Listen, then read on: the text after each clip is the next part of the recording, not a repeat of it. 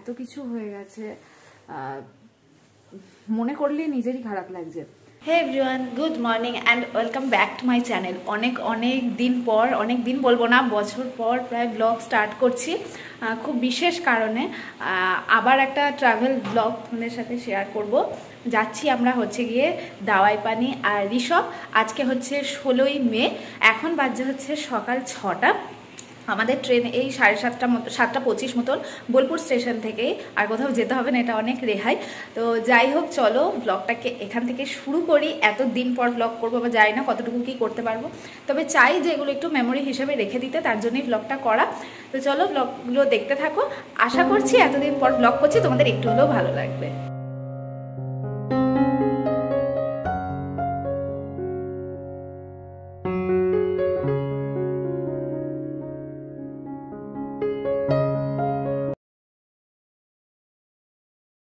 চলে এলাম স্টেশন, এখন 7টা মতন বাজছে, 7:30 আমাদের ট্রেন। দেখি কোন দিকে পড়বে কম্পার্টমেন্টটা। এখন এই ট্রেন ঢুকবে, ট্রেন আমাদের হচ্ছে C7। একটু ডিসপ্লে করে দিয়েছে, এসে দাঁড়ালাম। ভেদিয়া হয়তো ঢুকছে ট্রেন, ভেদিয়া পেরোবে, তারপরেই বোলপুর। বলো কেমন লাগছে, বলো যেতে। ঢুকে গেল আমাদের ট্রেন, দাঁড়াবে এখানে 2-3 মিনিটের মতন স্টপেজ আছে, একটু 5 মিনিট লেট, খুব একটা লেট নেই। ট্রেন ছেড়ে দিল, এখন কটা বাজছে? 7:41, 7:27 টাইম, ঠিকঠাকই আছে।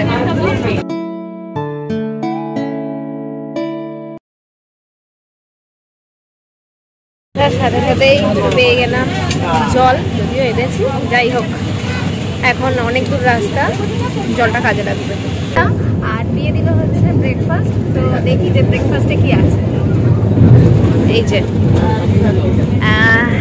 এখানে রয়েছে হচ্ছে একটা বাটার,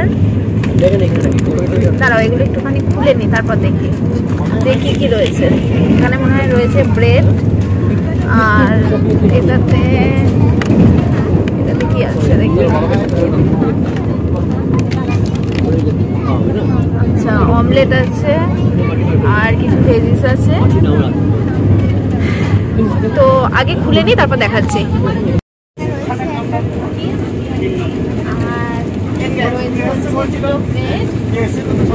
আর হচ্ছে অমলেট আর সবজি, আর জ্যাম, বাটার, আর জানো টমেটো সস। এখন সবে মাত্র রামপুরহাট, এখন সময় কটা বাজছে? 8:19। আর এখন এই রামপুরহাট ক্রস করছে, এটা রামপুরহাট স্টেশন। ট্রেন ঠিকঠাক টাইমেই চলছে, এখনো অবধি তো ভালোই লাগছে। দিয়ে গেল হচ্ছে চা, লিকার চা বললাম, চা খাই না, কিন্তু আজকে অনেক সকাল উঠেছিল, তাই খেতে ইচ্ছা হলো, তার জন্যে লিকার চা নিলাম। কফি বা দুধ চা সব কিছুই রয়েছে, আমার আর খেতে ইচ্ছা হলো না সেটা, তাই লিকার চা।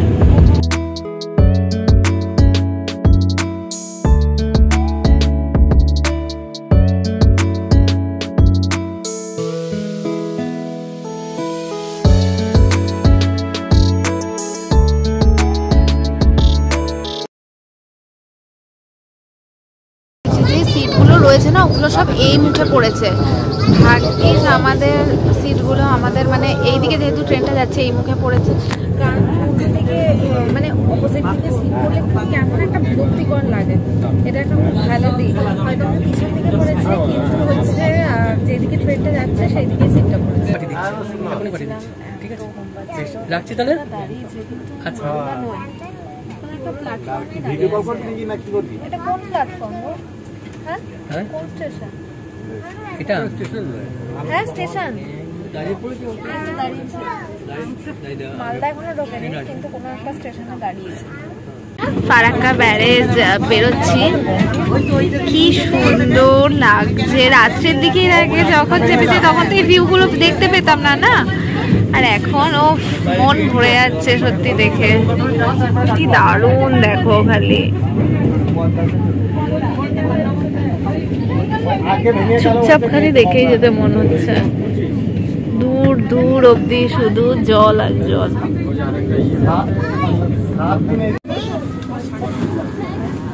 মালদা পৌঁছালাম, এখন সময় হচ্ছে 10:27 আর মালদা ঢুকছি।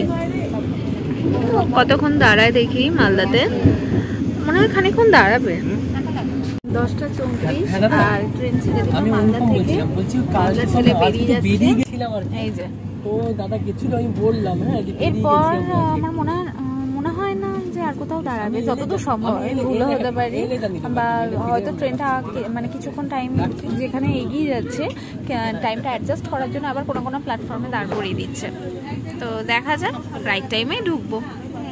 12:20 বাজছে আর এই জাস্ট লাঞ্চ দিয়ে গেল। তো কি কি আছে এখনো খুলিও নি, এই সবে মাত্র দিল। হাতটা ধুই তারপর দেখছি। এই হচ্ছে খাবারের কোয়ান্টিটি, ভাতটা কমই, রুটিটা আমি আর খুলিনি। দইটা এখানে নেই, জানি না, হয়তো দিতে ভুলে গেছে। আর এখানে একটা মনে হয় আলু কিছু একটা ভাজা সবজি টাইপের রয়েছে। এখানে রয়েছে চিকেন আর এখানে রয়েছে ডাল।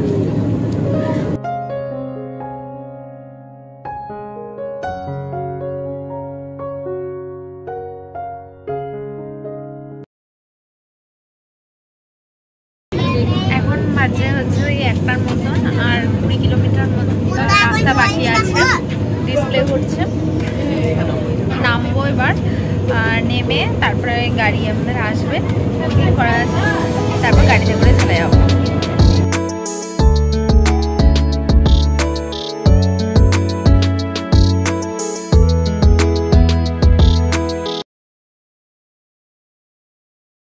এই জাস্ট নামলাম হচ্ছে এনজিপি, এখন বাজে হচ্ছে 1:15। একটু আগেই ট্রেনটা ঢুকে গেছে। এখন আমাদের ড্রাইভার দাদাকে ফোন করা হচ্ছে, কোথায় আছে জানি না, এসে তো দাঁড়িয়ে থাকার কথা। তো দাদাকে ফোন করি, দেখি কোন জায়গায় রয়েছে, তারপর গাড়িতে চেপে বাকি কথা হচ্ছে।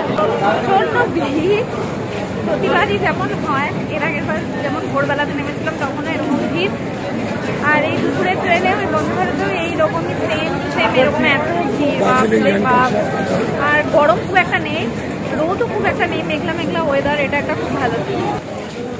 দেখো আমরা একটুখানি ওয়েট করে তারপর বেরোচ্ছি, কারণ এত ভিড় হয়ে গেছিলো এসকেলেটারে, বাপরে বাপ, লম্বা লাইন। ওই জন্য একটু অপেক্ষা করে তারপর এখন বেরোচ্ছি।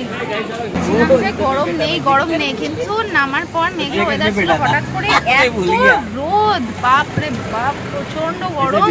এখন তো খানিকক্ষণ গরম লাগবে, তারপর আস্তে আস্তে একটুখানি ওয়েদারটা চেঞ্জ হয়ে গেলে প্রচন্ড গরম লাগছে, তেমনি রোদ উঠে গেছে। এতক্ষণে ওই যে পাহাড়ের দেখা মিললো। 2টোর সময় নেমেছি এনজিপি, এখন বাজে 3:12। এত পরিমাণ রাস্তায় জ্যাম, এনজিপি থেকে বেরোতেই এতক্ষণ লেগে গেল, বাপরে। আর এবার একটুখানি ওয়েদারটা আস্তে আস্তে আস্তে আস্তে চেঞ্জ হবে, ভালো লাগবে। প্রচন্ড গরম ছিল। কত বানর এখানে।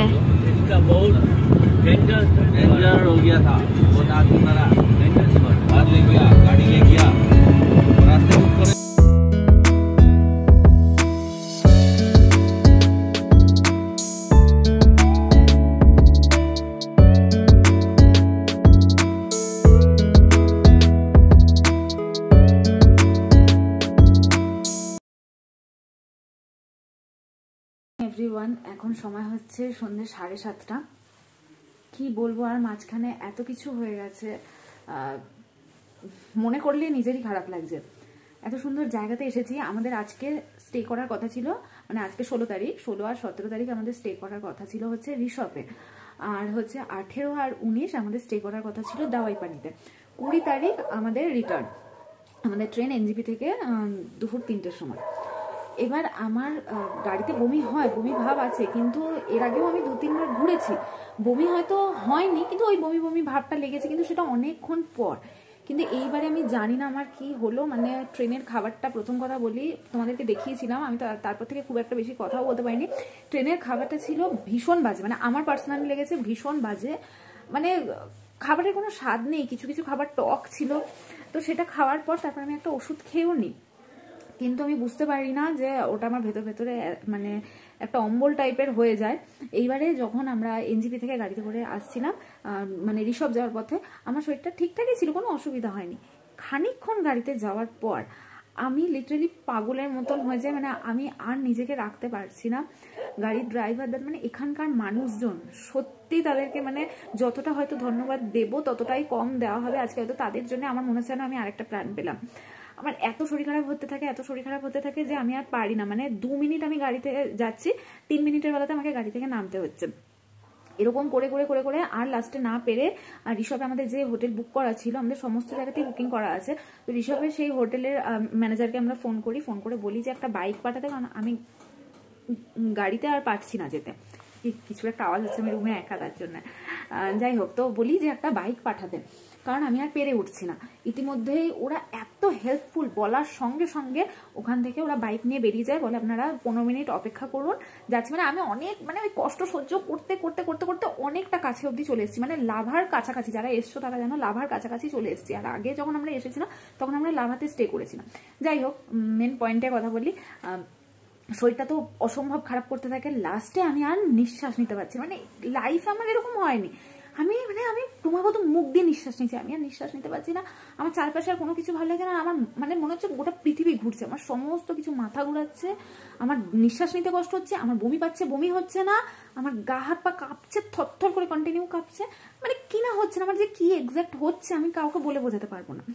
এবার আমারও ভেতর ভেতর প্রচন্ড টেনশন হতে শুরু করে দেয়। তো ওখানেই আমরা গাড়িটা দাঁড় করিয়ে দিই। একজন দাদা, তারা এখানকারই লোকাল, বাইক নিয়ে বেরোচ্ছিল। আমরা বললাম যে আমাদেরকে একটু লিফট দেবেন ইয়ে অবধি, লাভা অবধি, তাহলে আমাদের ঋষভ থেকে যে আমরা গাড়ি বুক করেছি, মানে সরি বাইকটা যে দাদাকে আসতে বলেছি, ও লাভা অবধি আসবে, ওখান থেকে আমি ঋষভ অবধি চলে যাবো, এরকম চিন্তা ভাবনা করি। এত ভালো একটা অচেনা অপরিচিত মানুষের বাইকে আমরা দুজন মিলে উঠে তারপরে হচ্ছে লাভা অব্দি আসি। আর ওদিক থেকে ঋষভের দাদা আর কি বাইক নিয়ে লাভা অব্দি চলে আসে। তো আমি মনে করলাম যে খানিকক্ষণ একটুখানি বসলে চোখে মুখে কন্টিনিউ জল দিয়ে যাবে, চোখ মুখ দেখেই বুঝতে পারছি যাচ্ছে তাই অবস্থা, যে চোখে মুখে জল নিলে আমি ঠিক হয়ে যাবো, আমি তারপর ঋষভ অব্দি যেতে পারবো। কিন্তু না, আমার মানে আমি সেন্সলেস হয়ে যাওয়ার মতন হয়ে যাচ্ছি, আমি না পারছি দাঁড়াতে, বসতে, মানে আমার পুরো শরীরটা ছেড়ে দিয়েছে। ভগবানের অশেষ কৃপা যে এখানে আমার এরকম কান্নাকাটি, আমার মানে অবস্থা দেখে একজন ডাক্তারবাবু, সেও ফ্যামিলি নিয়ে আজকে লাভাতেই উঠেছে, তিনি এগিয়ে আসেন। তিনি বলেন যে কি হয়েছে, তিনি ইমিডিয়েট আমাকে এখান থেকে ওষুধ কিনে ওষুধ খাওয়ানো শুরু করে, মানে ইমিডিয়েট ট্রিটমেন্ট শুরু করে। যে সিন্ডিকেট যে বসার বাস স্ট্যান্ড রয়েছে বা গাড়ি স্ট্যান্ড রয়েছে, আমি ঠিক জানিও না, সেইখানে আমাদেরকে বসায়। অনেকটা লং হয়ে যাচ্ছে ভিডিওটা, তাও আমি বলে রাখি যে সেখানে বসিয়ে তারপরে আমার চোখে মুখে জল দেয়, স্প্রাইট খাওয়ায়, ওষুধ খাওয়ায়, মানে যে প্রাথমিক যে চিকিৎসাটা সেটা উনি সঙ্গে সঙ্গে শুরু করেন। আর সত্যি মানে ভগবানই উনিকে পাঠিয়ে দিয়েছেন, মানে ভগবানের দূত হয়ে উনি হয়তো আমার কাছে এসেছিলেন, তাই আমি এখন এই মুহূর্তে বসে কথা বলতে পারছি। উনি আমার মানে পালসের চেক করেন, বলছে পালস পাওয়াই যাচ্ছে না, সোডিয়াম পটাশিয়াম সম্পূর্ণ মানে নেমে যায়, মানে একদম ফেল করে। কি যে হয়েছিল আমি নিজেও জানি না, আমি নিজের মধ্যে নিজে আর ছিলামই না। তারপর দাদা মানে ডাক্তারবাবু এত হেল্প করে, উনি আমাদেরকে বলেন যে আপনারা আর আজকে ঋষভ যাবেন না, যেহেতু মানে এরকম অবস্থা হয়ে গেছে, এখানে লাভাতে একটা রুম নিয়ে নিন, সেটা আমরা অ্যাডজাস্ট করে নেবো ওই ঋষভের ওই দাদার সাথে। আমি এখনো জানি না, সেই সমস্ত কথাবার্তা হয়নি, কতটা কি লস হবে কি লাভ হবে সেই সব দিকে যাচ্ছি না, আগে তো শরীরটা, তারপর বাকি সমস্ত কিছু। তো এই উনি যেই হোটেলে উঠেছেন তিনি সেখানেই আমাদেরকে ঠিক করে দিলেন ডাক্তারবাবু, যে এখানে হয়তো একটা রুম, একটা কি দুটো রুম ফাঁকা রয়েছে। তো কি room, view room, non view room, এসব ভাবার মতন অবস্থাতেই ছিলাম না আমরা। জাস্ট এইমাত্র এই রুমটা পেলাম, ব্যাগপত্র রেখেছি, আমি একটুখানি বসে কথা বলছি, চোখে মুখে একটু জল নিলাম, এইবার একটুখানি ফ্রেশ হব। আজকে তো আমি আর কিচ্ছু খাবো না, ওই জল মুড়ি এরকম খেয়েই থাকবো। ডাক্তারবাবু সেটাই বললেন, আর কিছু ওষুধ লিখে দিলেন, সেই ওষুধগুলোও গেল হচ্ছে এখানেই মার্কেট রয়েছে, সেই মার্কেট থেকে কিনে নিয়ে আসতে। তারপর আস্তে আস্তে ঠিক হই, দেখা যাক এখন আমাদের 4 দিনের প্ল্যান কি হলো না হলো, আমি আর কিচ্ছু বুঝে উঠতে পারছি না। আপাতত এখন একটুখানি শুয়ে রেস্ট নিই, তারপরে চিন্তা ভাবনা করবো যে কি করা যেতে পারে। অনেকটা লং হয়ে গেল ভিডিওটা বলতে গিয়ে, কিন্তু আমার মনে হলো যে সিচুয়েশনটা বলা উচিত, কারণ ভিডিওটা আমি ভেবেছিলাম যে ব্লগটা এত সুন্দরভাবে করবো, এত জায়গা ঘুরতে হবে, কিন্তু সবকিছু ওই ভাগ্যে যা আছে, লাভাতেই হয়তো আমাদের থাকাটা আবার ছিল, তাই লাভাতেই উঠলাম। যাই হোক, আগে দেখি যে কি হচ্ছে, আরো কি আমার জন্য অপেক্ষা করছে, বাস এইটুকুনি। তো চলো এখন ব্লগটা শেষ করছি না, আর একটু পরেই শেষ করবো। এখন রাত্রে খাবার টাইম বাজে হচ্ছে কটা দেখো তো, 9টা 10-15 মতন হবে। এই যে কি রয়েছে দেখি, আমি তো একদম অল্প খাবো। এই যে সোয়াবিনটা দিয়েছে ভালো, আমি পাঁপড়গুলো খাবো না। তুমি নেবে?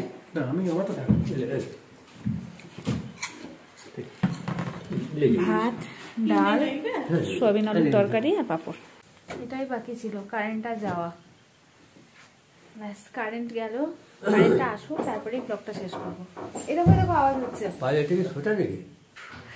Good morning. কালকে তো ব্লগটা শেষ করতে পারিনি, মানে কপালটা এত খারাপ চলছে। সেই কালকে রাত্রেবেলাতে কারেন্ট গেছে, এখানে প্রচন্ড বৃষ্টি হলো, বৃষ্টি হওয়ার পর সেই যে কারেন্ট গেছে, এখন বাজে সকাল 8টা, এখনো অবধি কারেন্ট আসেনি। ফোনগুলোর চার্জও নেই। ভাগ্যিস আমি কালকে ট্রেনে ফোনটা ফুল চার্জ করে নিয়েছিলাম। আর আমার ফোন তো কালকে ইউজডই হয়নি, মানে আমি কত ভিডিও, কত কিছু ব্লগ, কত ছবি, কত কিছু নেওয়া বলেছিলাম, সেসব তো একদম মাথায় উঠেছে। যাই হোক, আজকে থেকে সেগুলো করব, কারণ আজকে আমি পুরোপুরি ফিট। বেশি বলবো না, বেশি বললেই তারপর আবার জানি না কি হবে। তো যাই হোক, কালকে যেহেতু ব্লগটা শেষ করা হয়নি, এরকমই ছোট্ট একটা ব্লগ তোমাদের সাথে শেয়ার করলাম। ব্লগটা কেমন লাগলো অবশ্যই জানিও। এখন থেকে আবার একটা আজকে নতুন ব্লগ শুরু করব। ব্লগটা যদি ভালো লেগে থাকে তাহলে লাইক করো, কমেন্ট করো, শেয়ার করো, চ্যানেলটাকে সাবস্ক্রাইব করো। আর আজকের মতন টাটা।